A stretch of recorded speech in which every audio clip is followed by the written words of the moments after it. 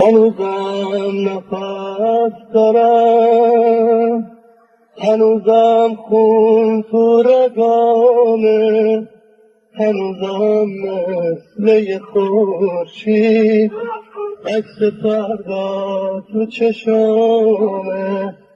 آخر راه من و تو اگه اینه، اگه اینجاست، سینه سیاه غفلت تنها جای مردن ما.